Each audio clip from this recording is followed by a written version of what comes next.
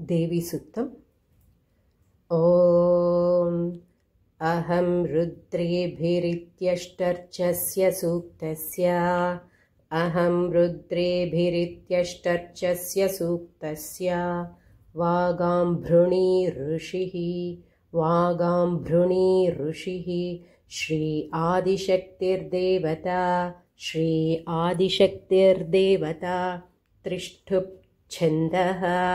त्रिष्ठुप् छन्दः द्वितीया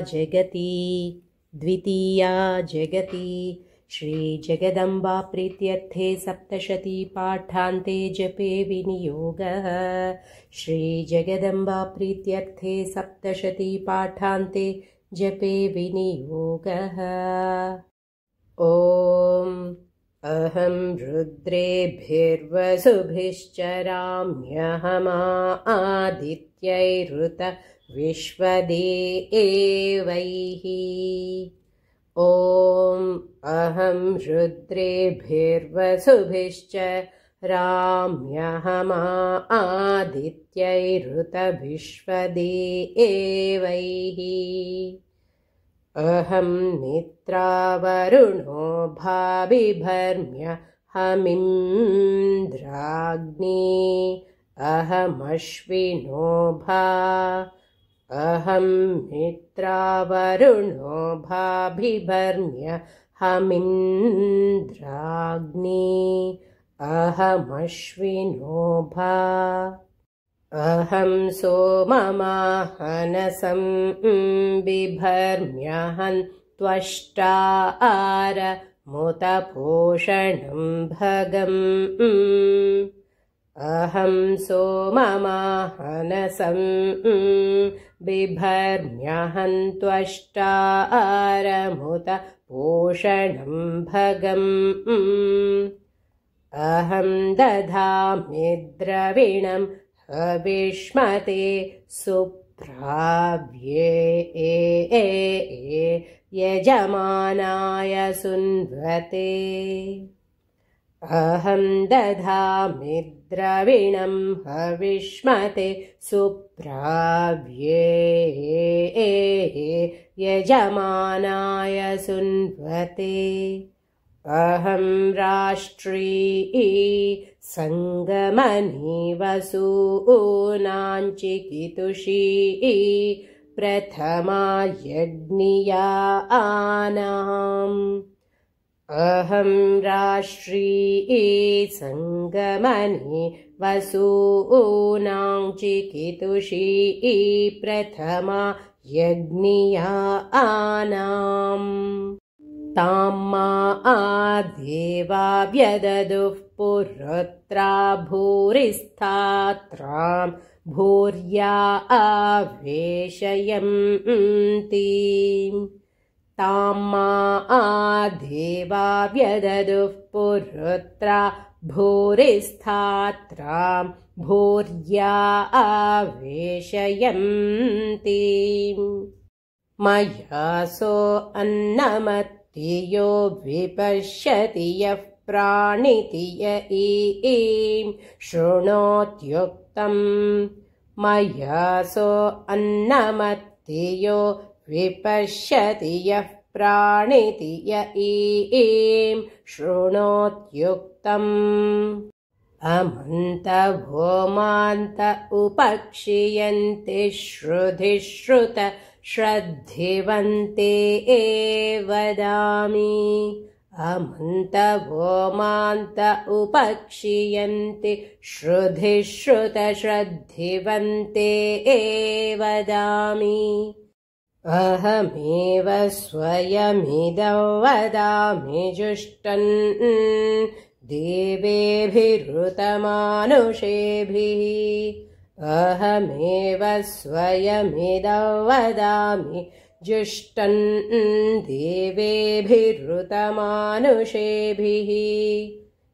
यं कामयेतन्तमुग्रं कृणोमि तं ब्रह्माणं तं ऋषिन्तं सुमेधाम्। यं कामयेतन्तमुग्रं कृणोमि तं ब्रह्माणं तमृषिन्तं सुमेधाम् अहं रुद्राय धनुरातनोमि ब्रह्मद्विषेशरवेऽहं तवा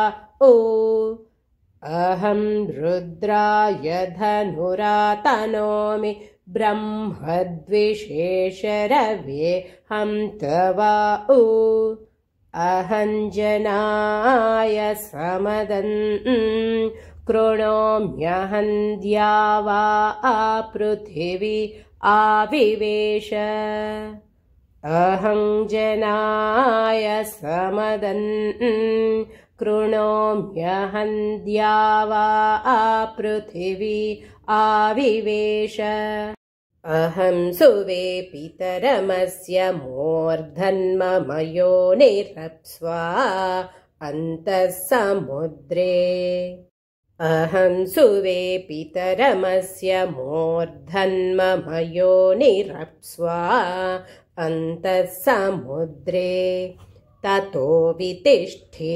भुवनानुविश्वोतामोन्द्यां वर्ष्मणोपस्मृशामि ततो वितिष्ठे भुवनानुविश्वोतामोन्द्यां वर्ष्मणोपस्पृशामि अहमेव वात इव प्रवाम्यारभमाणा भुवनानि विश्वा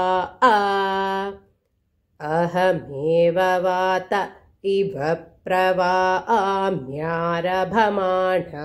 भुवनानि विश्वा परो दिवा पर एना पृथिव्यै तावती महिना सम्बभूव परो दिवा पर एना पृथिव्यै तावती महिना सम्बभूव ॐ शान्ति शान्ति शान्तिः।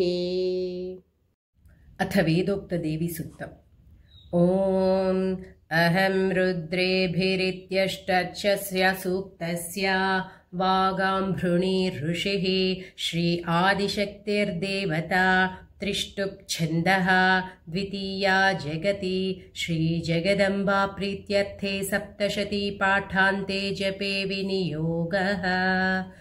ॐ अहं रुद्रेभिर्वसुभिश्चराम्यहमादित्यैरुत विश्वदेवैः अहं मित्रावरुणो भाविभर्म्य हमिन्द्राग्नि अहमश्विनो भा अहं सोममाहनसं बिभर्म्यहं त्वष्टा आरमुतपूषणं भगम् अहं दधामि द्रविणं हविष्मते सुप्राभ्ये ये यजमानाय सुन्वते अहं राष्ट्री सङ्गमनि वसूनां चिकितुषी प्रथमा यज्ञियानां तां मा देवा व्यददुः पुरुत्रा भूरिस्थात्रां भूर्या आवेशयन्तीं मया सो अन्नमत्तियो विपश्यति यः प्राणिति य ईं शृणोत्युक्तम् अमन्तवो मान्त उपक्षियन्ति श्रुधिः श्रुतश्रद्धिवन्ते वदामि अहमेव स्वयमिदं वदामि जुष्टन् देवेभिरुतमानुषेभिः यं कामयेतन्तमुग्रं कृणोमि तं ब्रह्माणन्तं ऋषिन्तं सुमेधाम् अहं रुद्राय धनुरातनोमि ब्रह्मद्विषेशरवेऽहं तवा अहञ्जनाय समदन् कृणोम्यहन्द्या वा पृथिवी आविवेश अहं सुवे